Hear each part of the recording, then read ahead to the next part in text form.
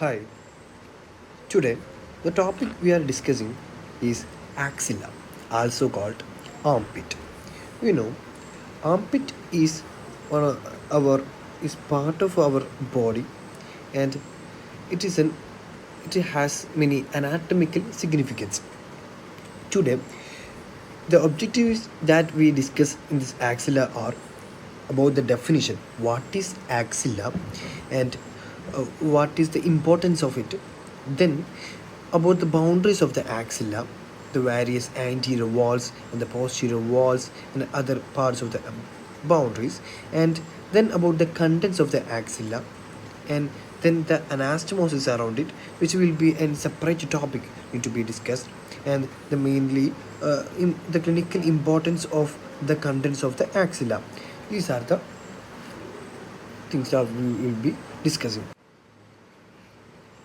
Now, what we have to understand about the axilla or armpit is that it is a pyramidal space that is between the upper part of the arm and the side of the chest wall, that is bounded in front and behind by the axillary folds.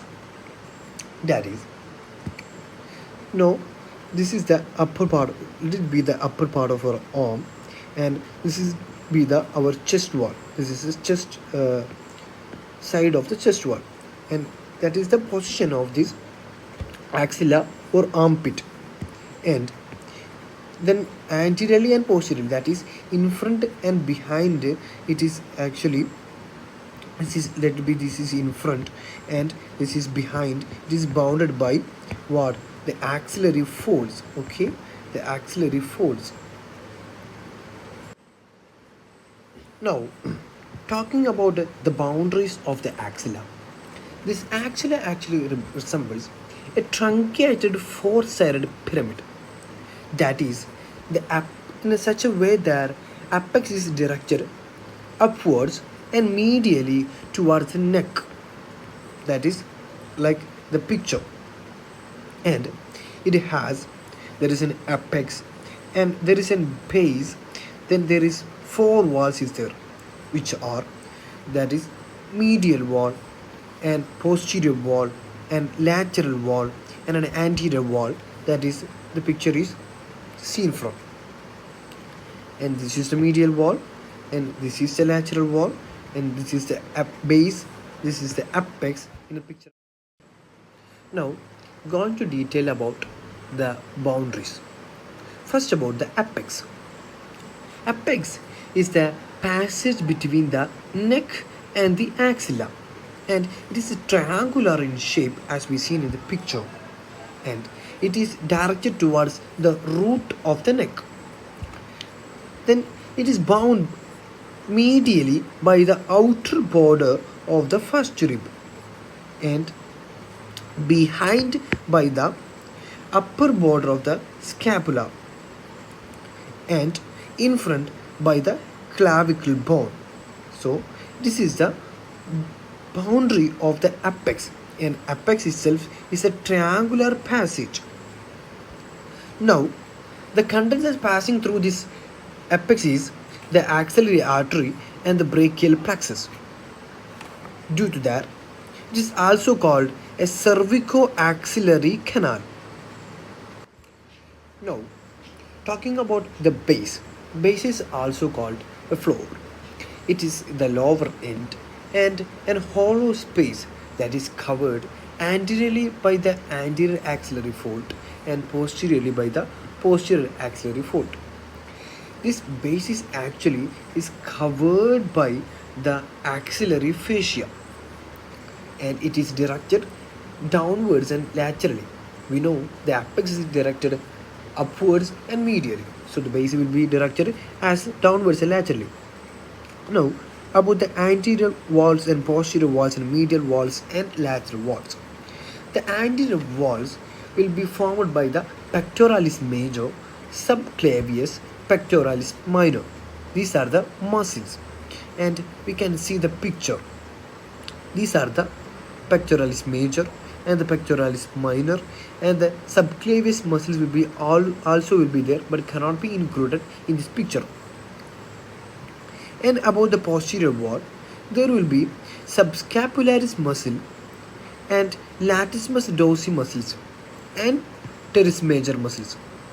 The subscapularis muscle will form the posterior wall in the above, and below there is latissimus dorsi and the teres major.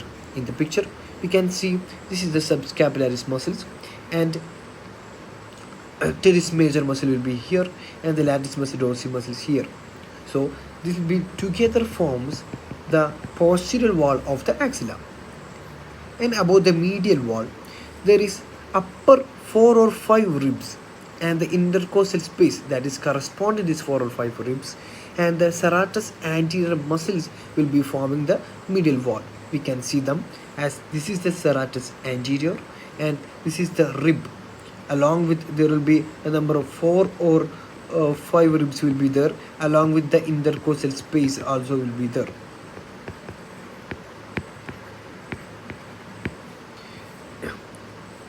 Now about the lateral wall. The lateral wall includes the tendon of biceps brachii. This is the tendon of the biceps brachii. There is 2 heads. There is a long head and there is a short head. So, and there is coracobrachialis tendon also will be there. This is the coracobrachialis tendon that will be forming the lateral wall.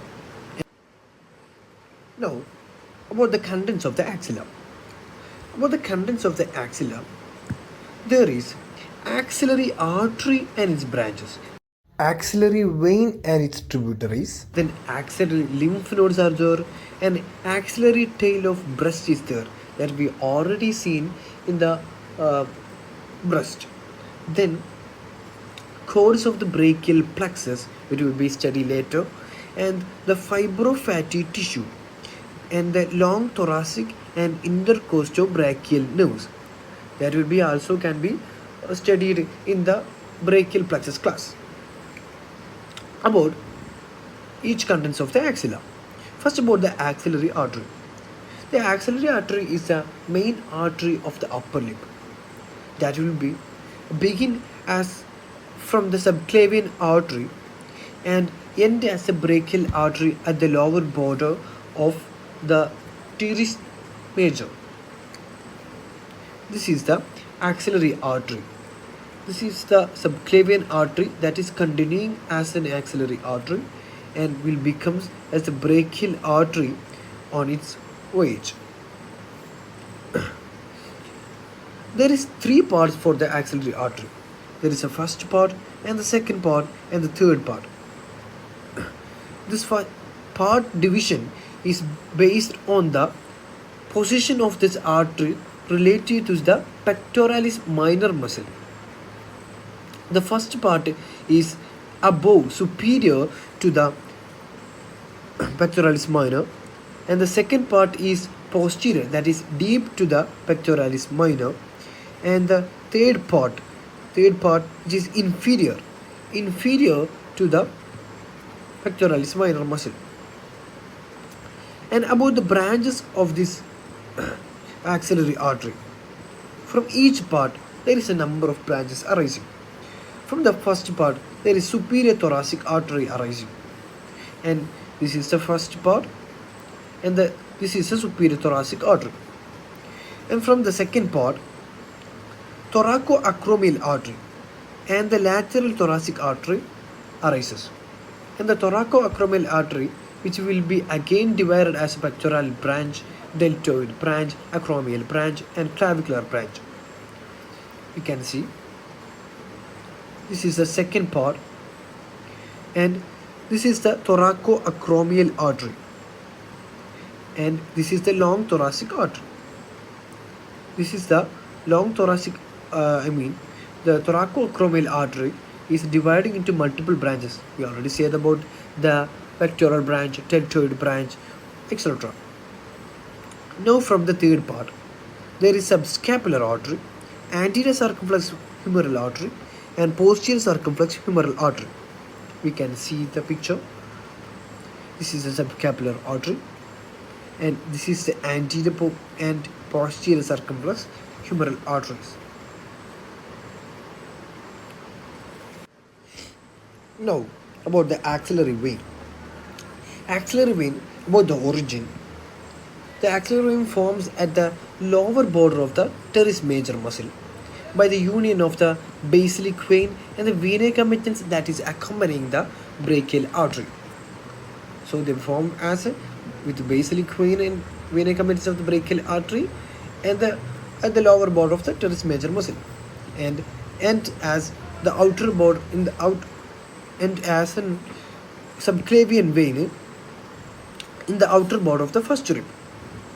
And about the tributaries of this axillary vein, there are tributaries that is corresponds to the axillary artery. There will be, long thoracic and other branches like coracochromials and other branches that is corresponding to axillary artery, and there will be a cephalic vein. The next content is axillary lymph nodes. Axillary lymph node has very much significance as that breast cancer symptoms can be seen in the axillary lymph nodes. They are anterior or pectoral, they are posterior or subscapular, and lateral group is there, and central group is there, and apical or intraclavicular group is there.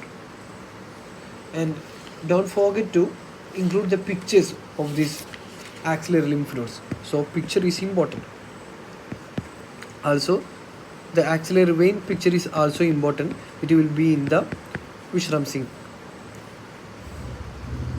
And brachial plexus is also one of the content of the axilla, and we can very shortly write about the brachial plexus if they are asked in the exam. Then about the clinical importance. When writing about the clinical importance, we can specify each parts or each contents of the axilla, that is axillary artery. About the axillary artery, there will be axillary artery pulsation. We can pulsate these axillary artery pulsations can be felt at the lower border of the axilla, and compression of this axillary artery can be written, and the collateral circulation or the anastomosis around the scapula can be discussed. And we can also talk about the spontaneous thrombosis of the axillary vein when discussing about the clinical importance of the axillary vein. And about the clinical importance of the axillary lymph node, we can talk about the axillary node palpations for checking for breast cancer. And axillary abscess is one of the important clinical scenario we have to be remembered, and lesions of the brachial plexus can be also written in the clinical importance. So thank you.